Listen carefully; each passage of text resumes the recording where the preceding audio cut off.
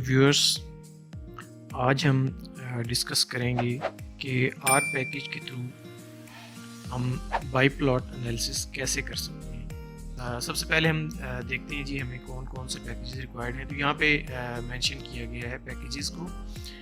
हमें जो required packages हैं factor miner, factor extra and G plot 2, ये तीन पैकेजेस रिक्वायर्ड हैं।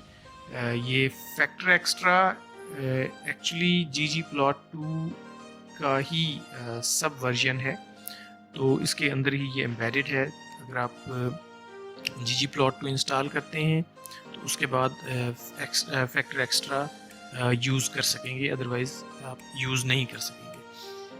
हम चलते हैं अपनी फ़ाइल की तरफ। तो ये फ़ाइल है जिसे हम एनालाइज करेंगे। पहला कॉलम हमारे पास जीनोटाइप्स के नेम्स का या वेरिएबल नेम इंडिविजुअल नेम्स का है। उसके बाद हमारे पास ये 5 कॉलम्स हैं जो वेरिएबल की वैल्यूज़ हमारे पास दी हुई हैं, और जो नेक्स्ट कॉलम है वो डिस्क्रीट क्लासिफिकेशन वेरिएबल है, जो क्लासिफाई करता है, क्वालिटेटिव वेरिएबल आप उसे कह सकते हैं। तो ये क्वालिटेटिव वेरिएबल हमने इसलिए रखा है कि अगर हम ग्रुपिंग करना चाहते हैं, क्लिप्स देना चाहते हैं अपनी ग्रुपिंग के अगेंस्ट, तो इसे हम यूटिलाइज कर सकते हैं। अदरवाइज हमारा जो क्वांटिटेटिव डाटा है वो यहाँ पर एनालाइज हो सकेगा। तो अब हम चलते हैं वापस आर प्रोग्राम की तरफ। आर प्रोग्राम में हमने कुछ कोड्स यहाँ पे लिखे हैं, उनके बारे में थोड़ा सा बात कर लेते हैं। तो सबसे पहले हम लाइब्रेरी लोड करेंगे फैक्टर माइनर की, एंड देन हम ये कोड लिखेंगे कि ये जो नेम लिखा जाता है ये वो नेम है जिस नेम से आपकी फ़ाइल सेव होती है। आर प्रोग्राम उस फाइल को सेव करता है आपके रिज़ल्ट फाइल को, और वो बार बार यूज़ होती है to extract results from it. So ये देख रहे हैं, हमने इसको सिलेक्ट किया तो जहाँ जहाँ ये यूज़ हुई है आपके पास ये हाईलाइट हो गया। तो ये आप कोड बनाएंगे। इसकी इतनी अहमियत नहीं है, ये कुछ भी नाम रख सकते हैं। इस एरो के बाद जो चीज़ है वो बहुत इम्पॉर्टेंट है। तो ये आपका कोड यहाँ से स्टार्ट हो रहा है PCA, देन डाटा फ्रेम आप मेंशन करेंगे। डाटा फ्रेम मेंशन करना इसलिए ज़रूरी है कि हम इस डाटा को स्प्लिट कर रहे हैं 2 पोर्शंस में। एक वो जो हमने एनालाइज करना है, और दूसरा एक कॉलम हमने रखा है इसकी ग्रुपिंग के लिए, जिसे हमने टॉलरेंस इंडाइसिस यूज़ किया है to group these individuals. So file name, हमारी फाइल का नाम कोर 3 है। इसके टोटल कॉलम्स 7 हैं, तो हम पहले 6 कॉलम्स को यूज़ कर रहे हैं। 1 to 6 ये कॉलम्स हम यूज़ कर रहे हैं, तो इस यहाँ पे हमें मेंशन करना पड़ेगा 1 to 6। देन रोज़ के नेम्स आपने मेंशन करने हैं। रो नेम्स कौन से कॉलम में हैं, बिकॉज आपको जिस तरह से हमने जीनोटाइप्स के नेम्स लिखे हैं, तो इंडिविजुअल नेम्स जिसे हम कह रहे हैं, तो वो रो नेम्स कौन से कॉलम में है। तो फर्स्ट कॉलम जो है वो रिप्रेजेंट कर रहा है रो नेम्स को।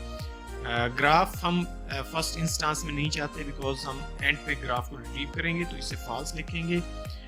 इसी तरह से बाकी जो डिफ़ॉल्ट पैरामीटर्स हैं उनको रखेंगे, हम उनको चेंज नहीं करेंगे। उसके बाद लाइब्रेरी जी प्लॉट 2 लोड करेंगे, then library extra factor, region value. तो ये सारी चीज़ें इनके साथ आपने ये मेंशन करना है कि ये सैंपल से ही सारा कुछ रिट्रीव होगा। देन स्क्वी प्लॉट, और ये डिफ़ॉल्ट वैल्यूज़ तमाम की तमाम हमने रिट्रीव करनी है। इसमें हमने कोई चेंज नहीं करना, सिवाय इसके कि ये सैंपल जो आपकी ओरिजिनल रिज़ल्ट फाइल है उसको हर बार मेंशन किया जाएगा। इसी तरह से बाकी आप तमाम कोड्स को जो प्रोग्राम ने आपको दिए हैं वो तमाम के तमाम आप अपने सहूलत के मुताबिक उसे एडिट करेंगे। एंड पे यहाँ पे आप देख रहे हैं कि बाई प्लॉट एलिप्सेस हैं। तो एलिप्स करने के लिए हम जो फंक्शन यूज़ कर रहे हैं, यहाँ पे आप देख रहे हैं कि हमने core3 हमारी जो फाइल है उसका कॉलम टॉलरेंस वाला कॉलम जिसे हमने पहले एनालिसिस में यूज़ नहीं किया उसको हम यूज़ करेंगे।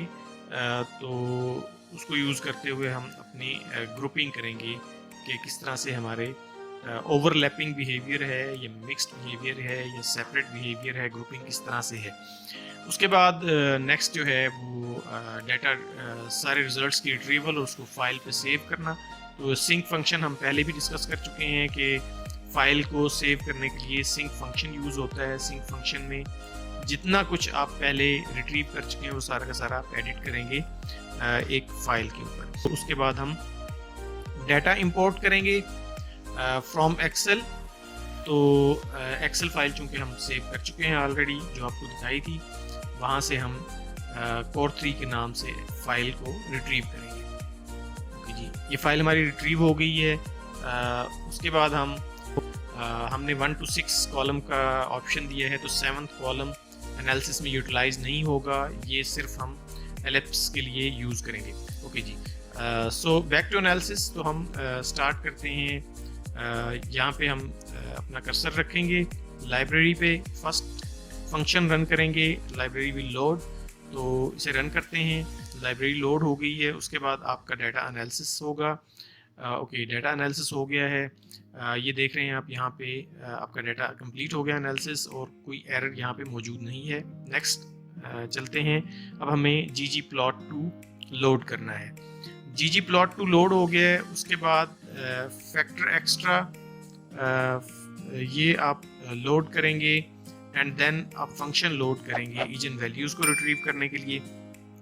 ईजन वैल्यूज़ आपकी रिट्रीव हो गई हैं। Then screeplot will be developed.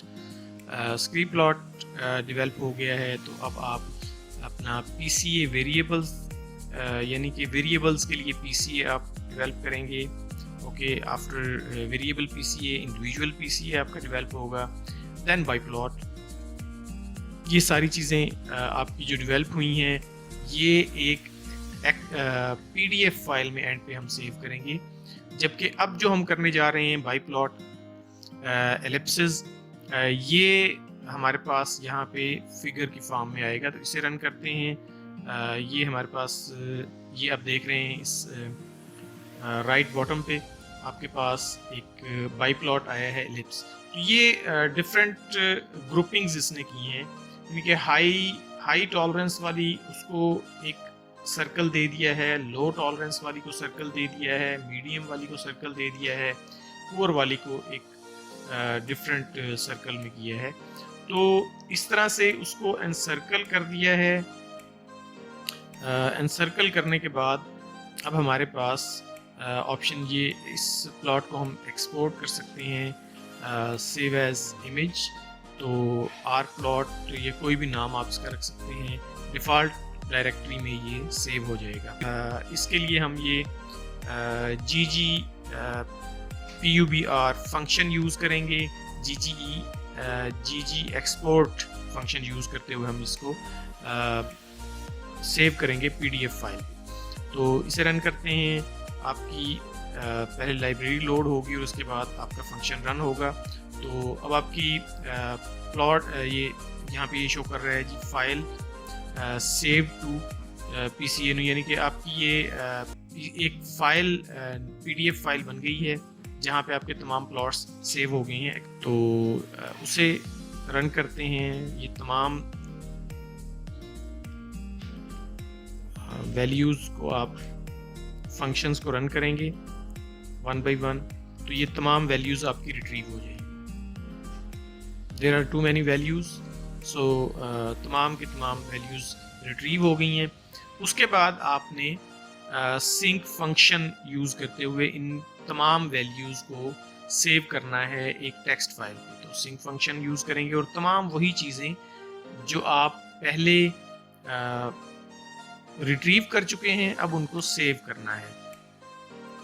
Okay, so we are now writing all these retrieved values to file using sync function।